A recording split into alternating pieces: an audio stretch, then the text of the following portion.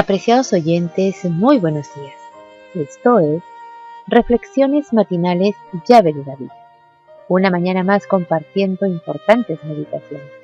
Oremos a nuestro Padre Celestial, que al escuchar su santa palabra sea de bendición para nuestras vidas y que su amado Hijo nos llene de su sabiduría, nos permita entendimiento y comprensión del mensaje preparado para hoy titulado El Cordero de Dios. El texto bíblico lo encontramos en Juan 1:29 que dice: El siguiente día vio Juan a Yahshua que venía a él y le dijo: He aquí el Cordero de Dios, que quita el pecado del mundo.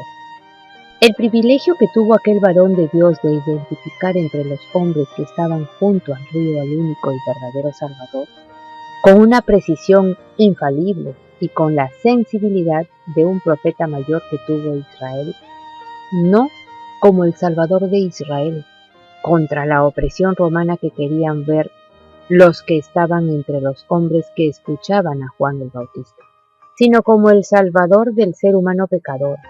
El profeta lo identificó como el Cordero de Dios que quita el pecado del mundo.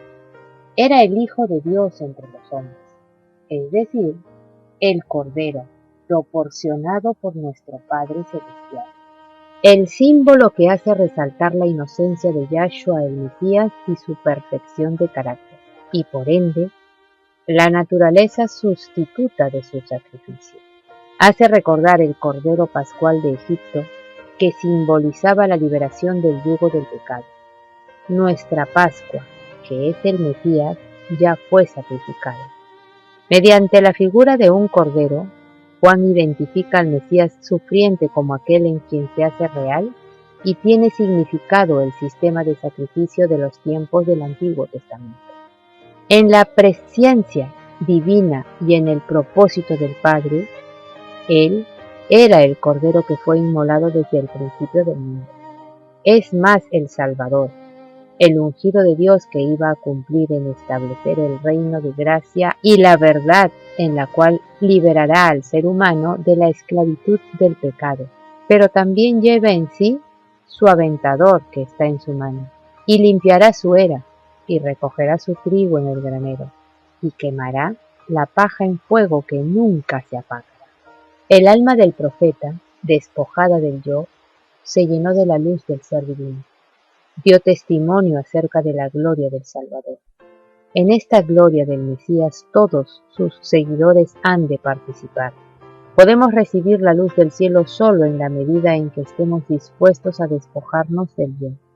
Podemos percibir el carácter de Dios y aceptar al Mesías por fe, solo si estamos dispuestos a someter todo pensamiento a la obediencia al Salvador. A todos los que lo hacen, se les da el poder del Mesías sin medida. En el Hijo de Dios habita corporalmente toda la plenitud de la deidad, y vosotros estáis completos en él. El Mesías se manifestó en nuestro mundo para quitar la transgresión y el pecado, y sustituir la cobertura de hojas de higuera que es la justicia humana por el manto puro de su justicia. La ley de Dios queda vindicada por el sufrimiento y la muerte del unigénito Hijo del Padre Celestial Infinito. Una sola transgresión de la ley de Dios, aún el detalle más pequeño, es pecado. Si no se ejecutaba la penalidad sobre ese pecado, ello representaría un crimen en la administración divina. El Padre Eterno es el juez, el vengador de la justicia, lo que constituye el fundamento de su trono.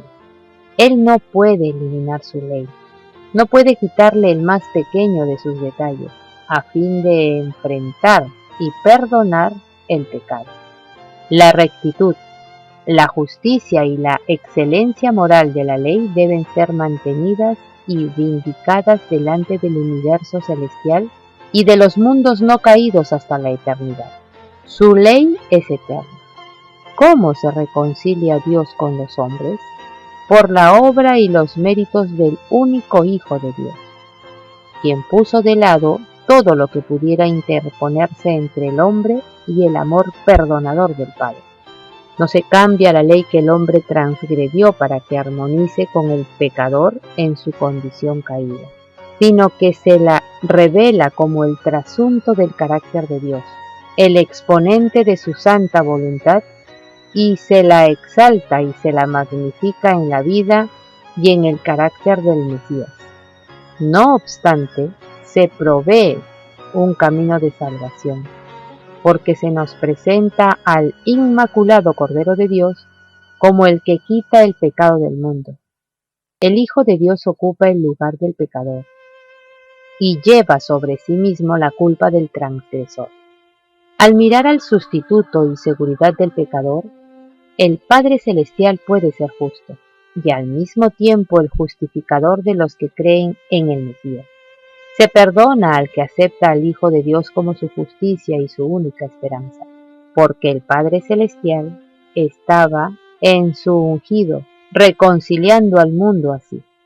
La justicia, la verdad y la santidad del Mesías, que son aprobadas por la ley de Dios, constituyen un canal por medio del cual la misericordia puede comunicarse al pecador arrepentido y creyente fiel. Los que no creen en el Mesías no están reconciliados con el Padre, pero los que tienen fe en Él están escondidos con el Mesías en Yahweh. Si confesamos nuestros pecados, Él es fiel y justo para que nos perdone nuestros pecados y nos limpie de toda maldad. El Hijo de Dios es nuestro Salvador que quita el pecado del mundo. El Cordero Pascual, nuestro amado Salvador, el unigénito Hijo de Dios, vino a rescatar lo que se había perdido. Apreciados oyentes, que Yahweh nos bendiga. Pasemos un lindo día con nuestro Redentor y Salvador. Hasta mañana.